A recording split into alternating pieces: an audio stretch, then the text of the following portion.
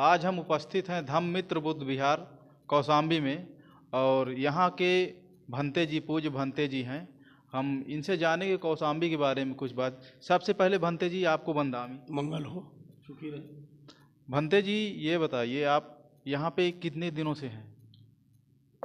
हमारे पिताजी थे भिक्खु धम्म मित्र जी। उन्होंने इसको 2003 में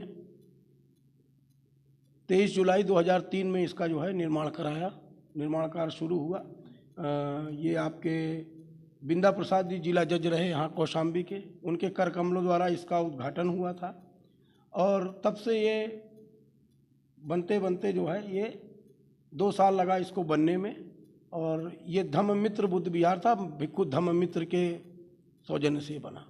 भंते जी जैसे ये कौशाम्बी में है, कौशाम्बी का एक गौरवशाली इतिहास रहा, तो आप हमें कौशाम्बी के बारे में थोड़ा बताएंगे।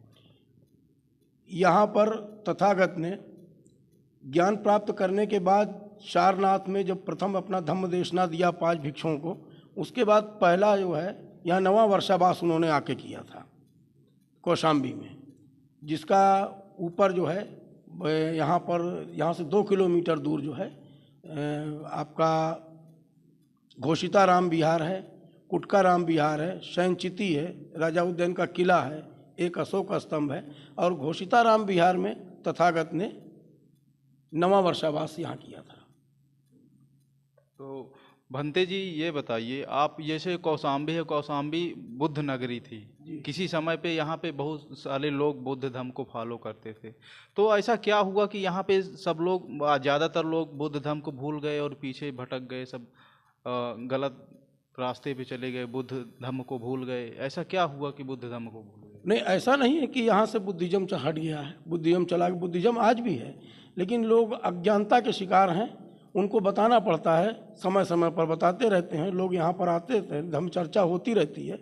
और हुआ क्या कि हर जगह से बुद्ध धर्म को ख़त्म कर दिया। भारत से बुद्ध धर्म ख़त्म हो गया, विदेशों में चला गया। अब धीरे धीरे यहाँ पर ये बुद्ध धर्म के मतलब उपासक लोग जागृत हो रहे हैं, जानकारी हो रही है। यहाँ पर समय समय पर धम्म चर्चाएँ होती रहती हैं, जिससे कि प्रत्येक महीने के आखिरी रविवार को यहाँ पर एक धम्म देशना का कार्यक्रम रहता है। और यहाँ पर बुद्ध पूर्णिमा है, जिसे बाबा साहब भीमराव अम्बेडकर जयंती है, ज्योतिबा राव फूले जयंती, सावित्रीबाई फूले जयंती, इसी पर धम्म चर्चाएँ यहाँ पर होती रहती हैं। भंते जी जैसा कि यह बुद्ध नगरी है और बुद्ध धर्म के अनुसार जहाँ तक मेरी जानकारी है, ये कहा जाता है कि खास तौर से भिक्खु को एक स्थान पे जिस प्रकार से पानी रहने से दूषित हो जाता है, उस प्रकार से भिक्खु को एक स्थान पे 24 घंटे से ज़्यादा नहीं रुकना चाहिए। तो यहाँ ग्रामीण अंचल है और अक्सर देखा जाता है कि जो भिक्खु गण हैं यहाँ पे, वो लगातार गांव में कहीं जा कर के प्रचार प्रसार धर्म का नहीं करते हैं। ये भी एक कारण है कि लोगों में जागरूकता नहीं आई। समाज व्यसनों की तरफ ज़्यादा बढ़ रहा है, नशा आदि मादक पदार्थों का प्रयोग कर रहा है। तो इसका मतलब कहीं ना कहीं जानकारी, भिक्खु एक स्थान पे रहते हैं, उनको गांव में भ्रमण करना चाहिए।